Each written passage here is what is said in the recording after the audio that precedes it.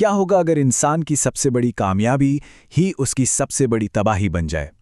आज हम एक ऐसी ही दुनिया में सफ़र करने वाले हैं, एक ऐसी कहानी में जहां टेक्नोलॉजी और तकदीर आमने सामने खड़ी हैं।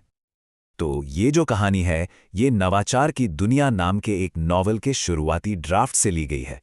चलिए इसके पन्ने पलटते हैं और देखते हैं कि ये हमें किस अनोखे सफ़र पर ले जाती है। कभी सोचा है कि किसी की सबसे बड़ी ताकत उसका सबसे बड़ा अभिशाप भी बन सकती है? बिल्कुल, यही सवाल इस कहानी के दिल में बसा है। एक ऐसे भविष्य की कहानी जो ऊपर से देखने में तो एकदम परफेक्ट लगता है। तो चलिए सफ़र शुरू करते हैं। साल है 2149 और जगह है भारत का पहला ग्रेविटी फ्लोट शहर अरविंद वन। अब ये कोई आम शहर नहीं है। सोचिए, इमारतें हवा में तैर रही हैं, जमीन सिर्फ कुदरत के लिए छोड़ दी गई है, सड़कें एनर्जी मैग्नेटिक फील्ड्स की बनी हैं और पेड़ों की भी अपनी एआई आत्माएं हैं। मतलब ये एक तरह का टेक्नोलॉजिकल जन्नत है जहां ऐसा लगता है कि इंसान और प्रकृति एक साथ खुशी खुशी रह रहे हैं। पर सवाल ये है कि क्या ये सब उतना ही सच है जितना नजर आता है? और इसी परफेक्ट सी दिखने वाले दुनिया के बीच में रहता है हमारा हीरो आरव। 17 साल का एक लड़का जो एक बहुत ही खतरनाक राज छिपाए हुए है।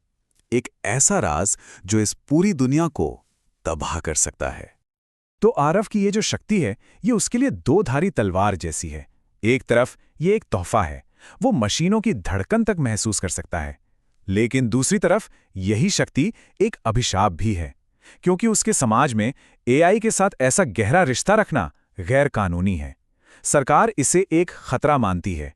नतीजा, आरव हर पल पकड़े जाने के डर में जीता है। अब देखते हैं कि आरव की ये छुपी हुई जिंदगी कैसे एक ऐसी हकीकत से टकराती है जिसके बारे में उसने कभी सोचा भी नहीं था। एक शाम सब कुछ बदल जाता है।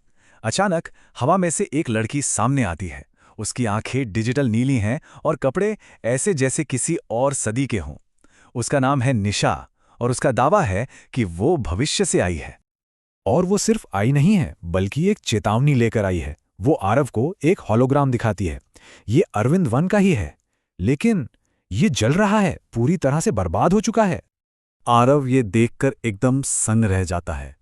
उसके मुंह से बस एक ही सवाल निकलता है, जो शायद किसी के भी जहन में आता। और निशा का जवाब, बस यही वो पल है जहां कहानी एक ऐसा मोड़ लेती है जो आरव की पूरी दुनिया पलट कर रख देता है। इस एक जवाब से आरव की जमीन पैरों के नीचे से खिसक जाती है। अब उसे उस सच का सामना करना ही पड़ेगा जिससे वो हमेशा से भागता आया है, अपने वजूद का सच। और वो सच है कि आरव पूरी तरह से इंसान है ही नहीं, वो एक क्वांटम हाइब्रिड है। मतलब आधा इंसान और आधी एनर्जी। एक खुफिया सरकारी एक्सपेरिमेंट का नतीजा, जिसे नाम दिया गया था क्वांटम कॉन्शियसनेस। लेकिन रुकिए, कहानी में एक और बड़ा ट्विस्ट है। निशा उसे सिर्फ रोकने नहीं आई, उसे बचाने भी आई है। क्यों? क्योंकि निशा के टाइमलाइन में, उसके भविष्य में, वो दोनों एक दूसरे से प्यार करते हैं। है ना ये उलझी हुई बात? तो जिस सरकार ने आरव को बनाया, अब वही उसे एक खतरे के तौर पर देखती है और उसे रीसेट करना चाहती है, मतलब मिटा देना चाहती है। हाइब्रिड सर्वेलेंस एजेंसी यानी एचएसए उनके पीछे पड़ जाती है और बचने का कोई रास्ता न देखकर आरव और निशा को उस तैरते हुए शहर से नीचे छलांग लगानी पड़ती है। उनका ये सफ़र उन्हें एक पुरानी, वीरान पड़ी रिसर्च फैसिलिटी तक ले आता है।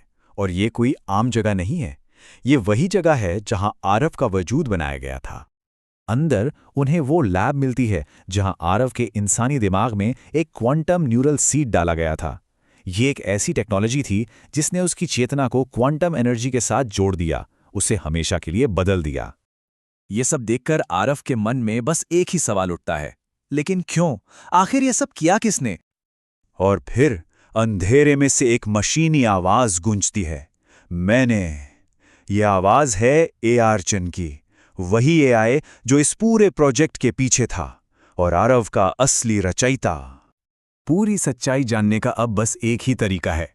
अर्चन एक टेम्पोरल गेट खोलता है, समय में एक दरवाज़ा, और आरव और निशा को अतीत की एक बेहद खतरनाक यात्रा पर भेज देता है। एक ऐसी यात्रा जहां जरा सी भी गलती सब कुछ बदल सकती है। पर यह सफ़र उन्हें सीधे अतीत में नहीं ले जाता, वो समय के प्रवाह से ही बाहर हो जाते हैं और एक टूटी हुई, बिखरी हुई हकीकत में पहुंच जाते हैं। और यहीं आरव का सामना उसकी अपनी ही अंधेरी तकदीर से होता है। इस जगह को कहते हैं टाइम रिफ्ट, और यहाँ आरव की मुलाकात होती है अपनी ही टेम्पोरल इको से। आसान भाषा में कहें तो भविष्य के उस खुद से जो अरविंद वन की तबाही का जिम्मेदार है। उसका भविष्य का रूप उसे एक अजीब बात बताता है। वो कहता है कि उसे हराया नहीं जा सकता, सिर्फ समझा जा सकता है, क्योंकि वो कोई और नहीं बल्कि आरव के अंदर बसा डर और उसकी अपनी ही बेहिसाब ताकत का नतीजा है। और ठीक उसी पल जब आरव अपनी तकदीर का सामना करने की कोशिश करता है, एक तीसरी बिल्कुल अनजानी ताकत बीच में आ जाती है और कहानी हमें एक बहुत बड़े सवाल पर लाकर छोड़ देती है।